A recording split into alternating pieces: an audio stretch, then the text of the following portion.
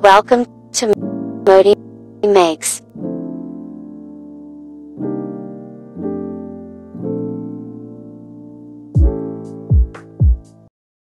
What's good, everybody? My name is Modi, this is ModiMakes, and today it's time to get back to that classic canvas character-driven content that you crave. I've really been enjoying doing these large canvases for the last couple of weeks, but I think it's time to get back to my bread and butter and do the blue meanies some justice. So we're just gonna jump right into it and tear into my new canvas to get ready to do some background work. We're first gonna start as we normally do by just grabbing some spray paint, in this case a nice dark saturated pink, and hit that canvas with a nice flat layer of that real quick. Then we're gonna come in with a much lighter pink that has a little more red to it and do an arch going across the middle of the canvas and then fill in that whole bottom area just to have the entire thing ready to go. But y'all know I love to get my splatter effects in there with the spray paint as well, and we're going to do a little bit of that along the edge of the arc on the top to get that lighter pink splattering out over the darker pink above. Now that that's all ready and dry, let's take it over to the studio to get into the sketching process. I'm gonna start by doing something that I haven't done for a few weeks now and pull out some newsprint paper and line it up with the canvas to cover the majority of the area that I can, and throwing a doodle grid onto those pieces of newsprint. I'm gonna use this doodle grid to transfer over my sketch as accurately as possible. All you have to do is do a bunch of random doodles onto this piece of paper. Then you grab whatever it is you're using to view your sketch and take pictures of the image with. In my case, it's my iPad. Take a picture of that doodle grid you just created and then overlay it onto an image of your sketch. This way you can see where all the lines from your sketch line up with those doodles that you made and use it to transfer over the sketch very accurately. Once you've gotten the proportions and the different elements of your sketch drawn on there as well as you can, it's time to grab a little bit of transfer paper to put onto the canvas underneath these pieces of newsprint that you have your sketch set up on. Then it's just a matter of grabbing a Bic ballpoint pen and going over all the lines of the sketch that you have to transfer the graphite from the transfer paper onto your canvas, so you have a perfect lightly drawn image of your sketch on the canvas ready to go. With that graphite sketch completely set up onto the canvas, you just want to go and grab your Posca pens and lay down that base line work. In this case, the image that I'm creating is the character, the Cynic.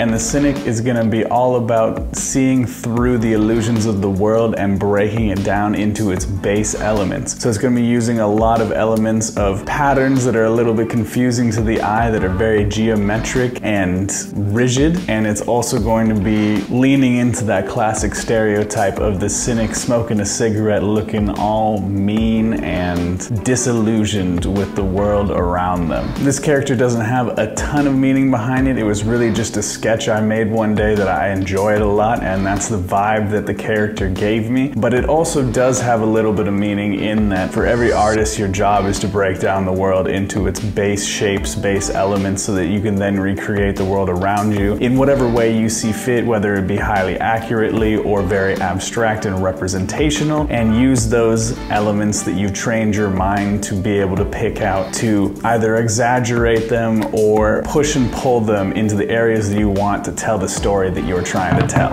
After getting that baseline work completed, we want to come in with some more black to fill in all of the pure black areas that I tend to use for either shading or just areas that I think need to be recessed a little bit in order for other things to pop and have the colors really be coming off the page because of the really dark areas that you've also let in there. With all of the black initial work completed, it's time to come in with your colors. Now just grab your Posca pens of all various hues and shades and fill in all those various sections that you've made with your cubist style line work, if you're an artist working in a style like mine, at least.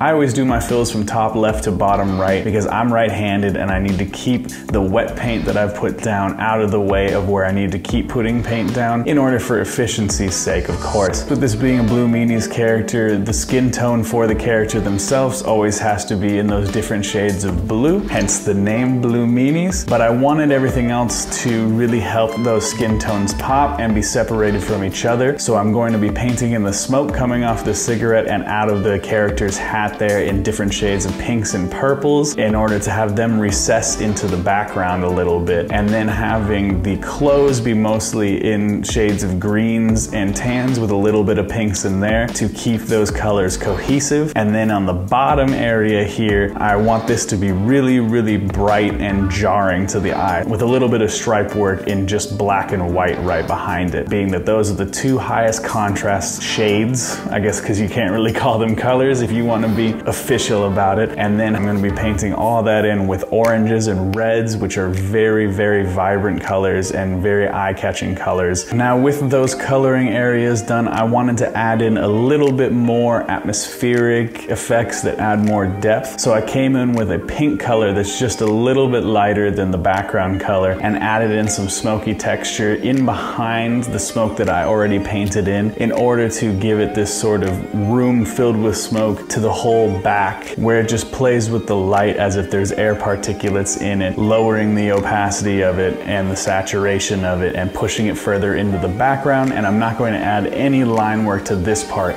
to really separate it from everything in the front and make everything in the front stand out.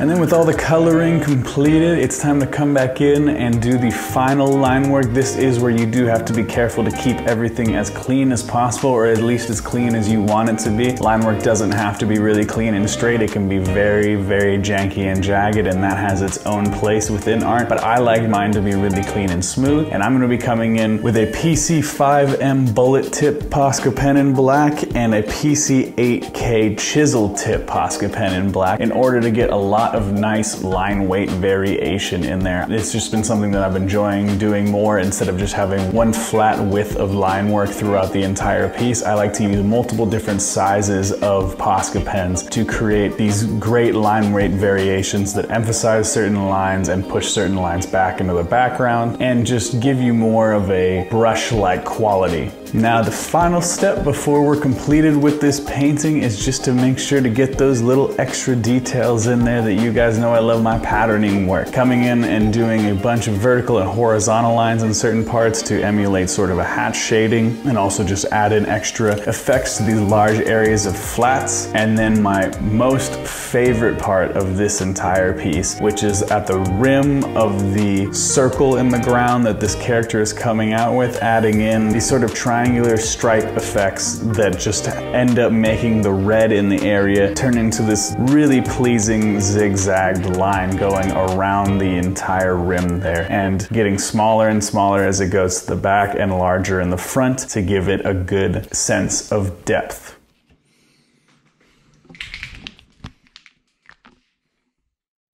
Well, there you have it, my peoples. The Cynic is complete, and there are some elements that I am very, very, very happy with this painting. I mean, I'm really happy with the entirety. I like the character design, and I like the concept for it and everything, but there are a couple points that really stand out for me that make this extra special. I really enjoy the patterning work at the bottom with that disc-like element in the ground that the character's coming out with, and all the patterning on that disc, and then the black and white stripes right behind it. It's really jarring, and it kind of has that similar effect to the old psychedelic art where it kind of messes with your eyes a little bit, but in a pleasing way that makes it more interesting. I'm also extremely happy with the atmospheric effects of the smoke behind the smoke that's coming from the character himself. The lighter pink stuff that I put into the background there, they give it a nice sense of depth and everything. I think that that's a fantastic element, and I want to end up using that sort of stuff more in my art later on. Just adding no line work on the outside outside of that there and letting it kind of sit into the background. I think it was a great decision, and it was something I kind of did on the fly. I didn't really have it in my sketch, but I felt like the piece needed it. Plus it was also kind of covering up some graphite that I wasn't able to erase for some reason. But let me know what you guys think of the piece down in the comments below, and let me know if you have any questions about this video or any other video I've made. I'll be happy to look through them all and respond to them personally, as I always do. And you know, if you like the video, go ahead and give me a like. That would be amazing. And if you like me, you like the channel, and you want to help support me, the number one thing that you can do is to subscribe. I really couldn't thank you enough if you did. It means the world to me. And with all that out of the way, and without further ado, let's get in those final shots, shall we?